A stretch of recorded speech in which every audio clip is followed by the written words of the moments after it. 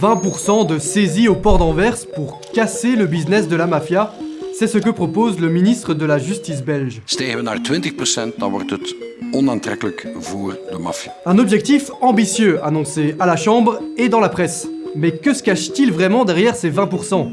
Ce seuil est-il atteignable, réaliste, voire même efficace? LN24+ a mené l'enquête. Bon déjà, il semble y avoir un petit quiproquo à propos de l'origine de ce chiffre. À la Chambre et dans le journal Le Soir, le ministre attribue ce calcul à Europol, l'agence européenne de police criminelle. Sauf qu'une fois contacté, l'agence nous répond ne pas avoir la moindre référence à ce seuil de 20%. Bizarre. Du côté du cabinet du ministre, on nous renvoie vers ce passage d'un article de l'organisation Inside Crime. À 20% de saisie, les trafiquants changent de méthode. La source, un haut fonctionnaire de police européen, reste anonyme dans l'article. Le ministre, lui, pointe pourtant bien Europol. Bref, difficile d'y voir clair sur la méthode utilisée pour arriver à de telles affirmations.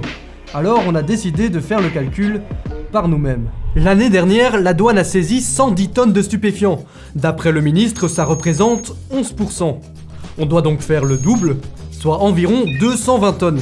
C'est presque 15 fois plus qu'en 2015. Alors pour battre tous les records, le gouvernement veut installer des nouvelles caméras, des conteneurs intelligents, lutter contre la corruption, multiplier les unités de police, mais surtout, renforcer la douane. La Belgique investit 70 millions d'euros pour renforcer les effectifs et leur fournir 5 scanners à conteneurs supplémentaires. Mais est-ce bien suffisant pour atteindre 220 tonnes? Bah ça tombe bien, il y a quelques jours, c'était la journée internationale de la douane à Bruxelles.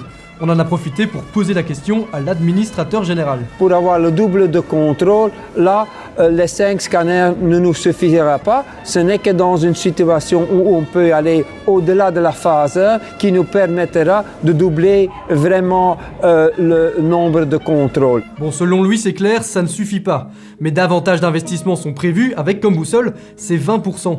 Sauf qu'on ignore toujours la provenance de ce chiffre.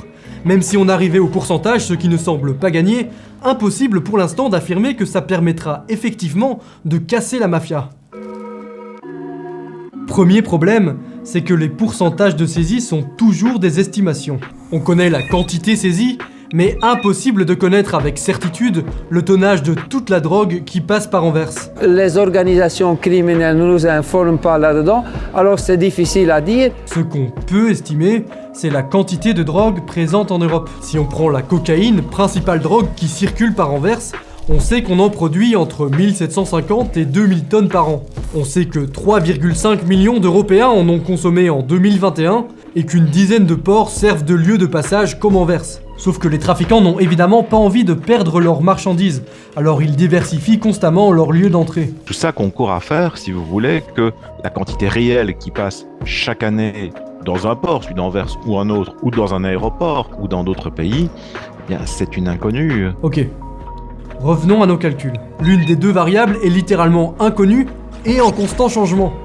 Les 20% du ministre serviraient alors purement à se donner les moyens de saisir 220 tonnes. Ça représente tout de même 10% de la production mondiale. Mais là aussi, est-on certain que ce seuil, ou n'importe quel seuil en fait, démotive la mafia d'opérer à Anvers? Ça peut faire réduire un peu la violence parce que les gangs vont aller ailleurs, ou alors ça va réduire la voie d'acheminement et puis les gangs vont être en concurrence et vont encore peut-être utiliser plus la violence.